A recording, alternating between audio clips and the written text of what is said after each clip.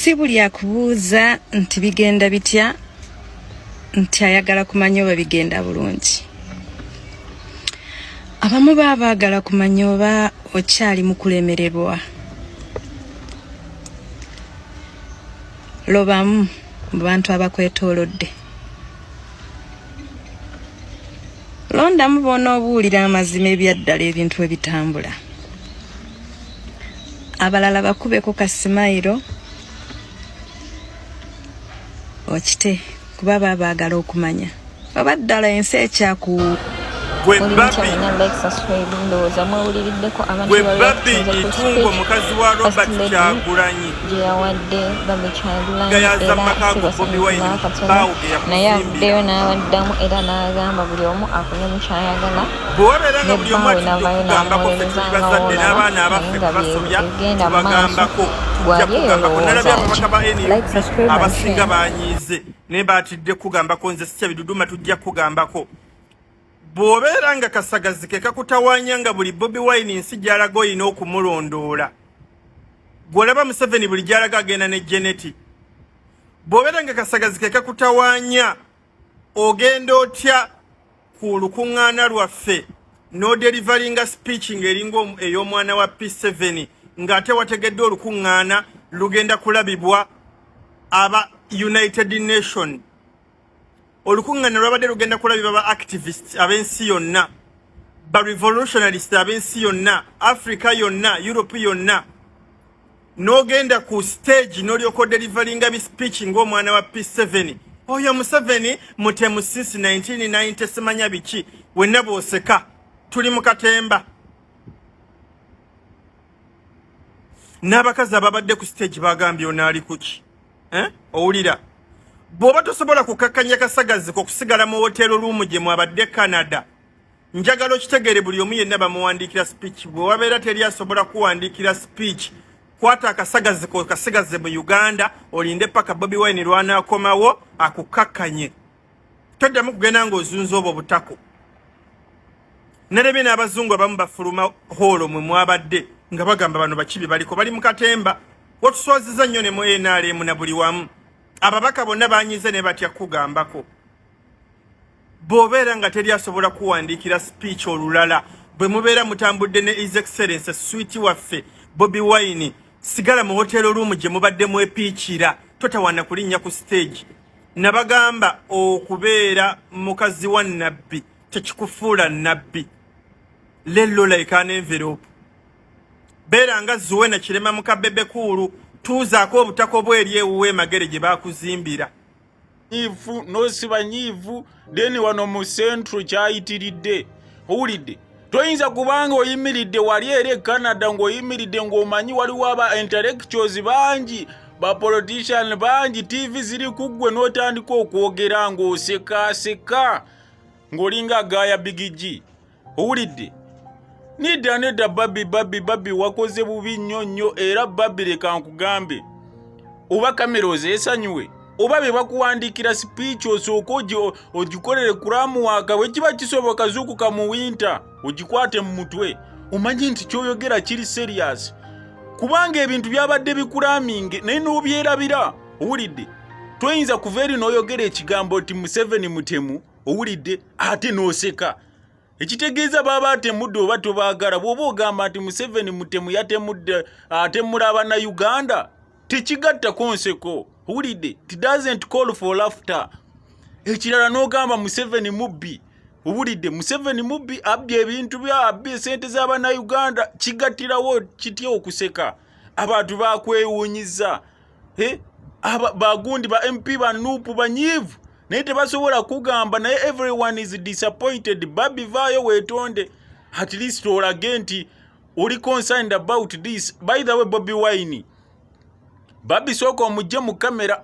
Nze sitera kulaba ng'enkunga nazirya. By the way, eyo gundi gy'aba agenda ebweru Museveni wali olabyeko nga awerekerwako gundi Janet Kataha. Tamuwerekera Museveni agenda bibye n'ayogera bibye. Owulidde? Kubanga abeera organized as a person. Abakazi batenguka. Abakazi basamwasamwa n'ebigambo. Naye Babi wasudde nnyo akabonero naawe olimba. n'abantu bagenze nga bagamba naye ono mukazi ki waswaziza Western Uganda Eden eno ku centre wa Bobi Wine bagamba ono mukazi kwegamba watumazeemu amaanyi naye nze as a person I can understand olabika platform gye wabaddeko yakukubisiza pressure n'obeeramuko n'akasagazi katonotono okitegeera nze as a person nkono olaba na Uganda okusanyuwa naye watuswaziza n'ekisinde kya struggle kyabadde disappointed so much owulidde era mu musonyiwe Barbie abakazi bwe batyo munnange babuguka naye nuupu Bobi Wine n'abalala bekikwatako musooke mujje Barbie mu kamera nawe Barbie nkuwabula ne bw'oba ozuukuse oba n'ogamba nti kangende pe speech ku bintu ebikwata ku Uganda speech eyo babenga bagikuwadde jjo ogisitukire mu winto ogikwate bulungi aweetaaga okusirika n'okulaga okunyolwa ku face unyolwe tosobola gamba Museveni mubbi Museveni ase abana Uganda nga tebalina musango n'ogatta kenseko n'oseka.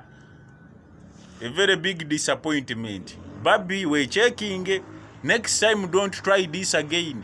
Owulidde abaana bagenda kuyisaamu eggaali era baakuleserwa Bobi Wine okitegeera otherwise take note va mu kamera oba oyiga okwogera ebintu ebiri serious n'oteekako serious. Bobi Wine awandiise about 3 hours ago n'agamba n'ateekako ka clip nga First Lady Barbie Kyagulanyi ali ku Sky News n'agamba ffe tukubira ku ground ate ye First Lady akubira mu bbanga. Thank you Barbie Kyagulanyi for representing. We shall expose, awaken and finally destroy Museveni dictatorship. Aluta continue. Labaka no ka clip nkomeo shortly. So the government may deny, but we have the international bodies properly saying that Uganda lacks the respect for human rights. The Freedom House has qualified Uganda as a non-free country. The Freedom House looks at the civil rights and political rights of a country to determine if they are free or not.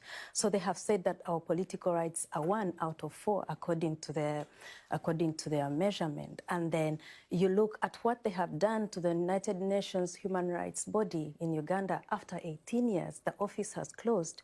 Museveni insists on having just one body, which is the Uganda Human. Museveni is a thief. Museveni started stealing in 1980. I'll tell you how. He was the vice chairman of the... It's as if you all don't know Museveni. I will remind you, because I think all of you... I also books which are forbidden back home. They have made sure to erase all this history. So all of you don't get to know it. He's a thief because during Paul Muwanga's time, when Paul Muwanga was the commissioner of defense, Museveni was his vice chairman. So they ran an election between Obote and Semogere. And Semogere was winning the election. And the electoral commission called Semogere to congratulate him. And then Muwanga, with the help of Museveni, went and told the electoral commission to stop whatever they were doing. They involved themselves in the election immediately, and they announced Obote as the winner. Museveni has been stealing votes since 1980.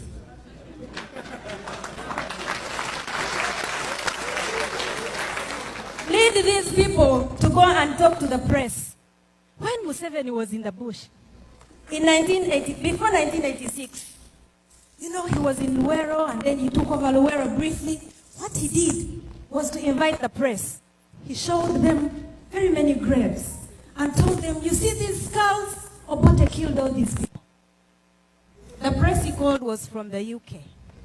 And they went and brought and said, we need to make sure that this man takes over because he has to deal with this murder.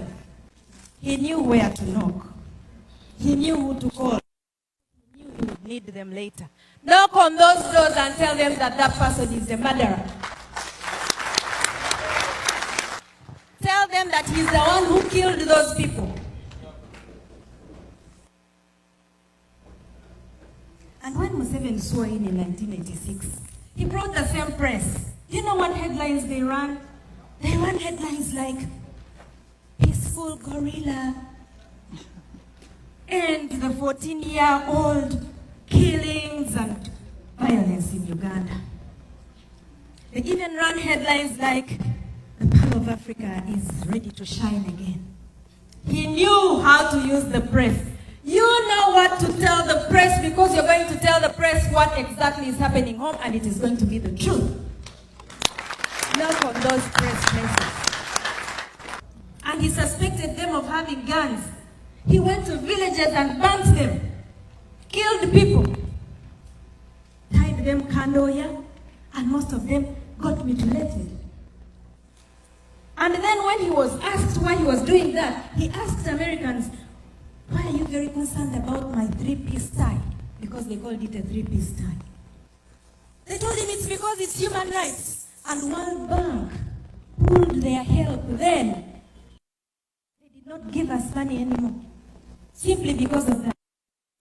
Gala okwogera ku nsonga ya Barbie Kyagulanyi. Barbie Kyagulanyi wasuze otya? Webale okuweereza eggwanga, webale n'okusomesa eggwanga. Nammwe abatuwuliriza era kansuubire nti mwasuze bulungi. Ffe ekintu kasita kibeera ku social media, we are ready to talk about it. Not in a bad way, but to give some pieces of advices. Barbie Kyagulanyi, mwenna mumumanyi, ne bwe mba soogedde nnyo, ye mukyala w'omukulembeze Robert Kyagulanyi Ssentamu akulembera ekibiina ekya NOP. Kakati Barbie Kyagulanyi azenga akola speeches. Era ffenna nga tuziraba. Azenga ayogera naffe naye mu kuziraba abazoogerako batono nnyo. Batono nnyo era oba bazisangalo. Wabula, what I want to say is that everyone on social media is just waiting for that one bad statement oba where you're going to be wrong. Ebirungi by'omuntu kizibu nnyo okulira ng'omuntu olw'okukyogerako bibaswaza. And this time around, abantu balaga bulijjo kye bawagira. Essaawa zino muntu akola video n'omulabanga the way she's speaking, the way he's speaking, alaga nti tayagalirako ddala Bobi Wine, tayagalirako ddala NOP. Kati ajjayo oli omutuufu amuteeke ku mmeeza. Barbie wakoze speech. Yes, speech eyo yabaddemu okuseerera. Kankuyita okuseerera kwa olulimi. Naye I don't think gwe mulundi ogusoose okuwulira nga boogera ku theft, boogera ku enguzi, corruption. Sikiwanti gwe mulundi ogusoose okukiwulira. But on the other hand, nga bw'omanyi tuli mu kaseera kazigizigi nti abantu okutunulira ebirungi twabivaako. Twagala nnyo okutunula on that point. Kyova olabanga nabagamba nti viewership y'omuntu osanga eri waggulu naye nga likes tekuli. Ti abantu they are watching you but just waiting for you to speak whatever they feel they want to talk about you. Naye bino bye ngenda okugamba oba bye ngenda okugamba bannayuganda mwenna njagala mbiwulirize bulungi. Ebigambo bingi ku muzindalo byogerwa. Si ku Barbie yekka. Ku buli munnabyabufuzi ali mu politics. Boogera ebigambo n'owulira nga kino kikususseeko. Kati nga bwe musala clips zino ne mwogera bye mwogera bwe mba mukola ku buli munnabyabufuzi. Because people say words n'okiwulira nga kinene kikuzitulira ku mutima. Nga bw'oyagala okuwabula Barbie wabula na buli omu agezaako okukola bw'atyo. Kubanga bw'oba ovuddeyo ogambe nti ozze kuwabula Barbie notaliko kumugamba as if you're a child, as if you're singing ABC. Oko si kuwabula kumanyira. Mulina omuze gw'akamanyiiro ak'okuyita wookoma. There is a way you can talk to someone naye nga toyogeza ate na kumanyira. Omanyi abawala yogera ku luzungu abatalina kiddako otuula mu kamotoka ko batoli mu kamotoka ko oli kuno ku live ezitakoma. Obeera ku live ezitakoma anti munnange oli munene abasajja kati bakwettanira. Motivational speaker. Tekitegeeza nti bw'oba oyogere ng'avuruga omuntu. Bw'oba okakasa nti nawe wasoma era ng'okakasa oyimirirawo n'ebitabo byo. The way you speak also matters.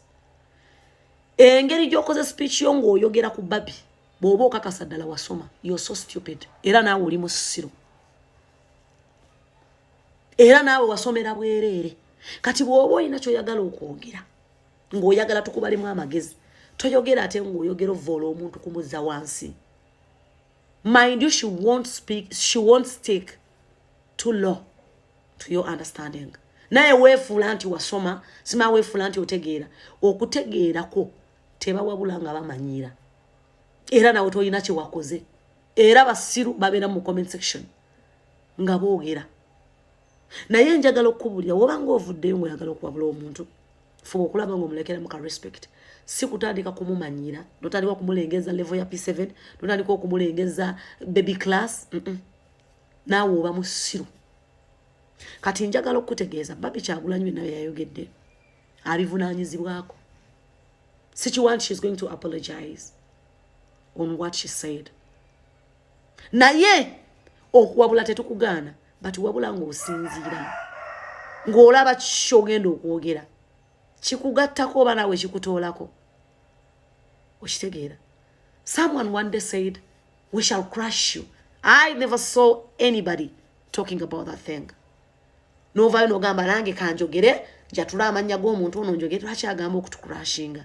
So sometimes think. Mwanyina bagamba musome ebitabo naye nammwe abasomye ebitabo abasinga eyo obungi muliko ekikyamu. Kati mukyala munnanga ali eyo. Newankubadde wasoma ng'oyagala okuwabula Barbie ku speech gye yakwesezza. Ate tomustikingisa too low. Tomufuula too cheap in your statements. Mulekere mwakatiibwa kubanga alina kyakusinga ne bw'onoolwana tojja kukituukako. Otherwise, Barbie, thank you for the speech. And ebyawabye. Kubanga essaawa zino twagala omuntu oyogere ku manifesto. Chiche mugendo okukola, chiche mugendo okukyusa. But remember one thing. Buli muntu alinda yeye ensobyemu ebirungi by'abantu abantu tebagaana biwulira wadde okubyogerako. Era kino nkiwabula bannayuganda ffenna. Abaagala enkyukakyuka tolinda kibi kya muntu kyokka. N'ebirungi byogereko. Speeches azazikola. Wakwogerako mmeka. Wabula okulinda awo waseeredde. Nodda kuno novevenga olage nti otegeera. So omulundi omulala mukyala munnange ovangayo okuvevenga ng'oyagala okuvevengera ku Barbie. Fuba nnyo okulaba ng'ate tomu bending satulo nga bwe wakoze.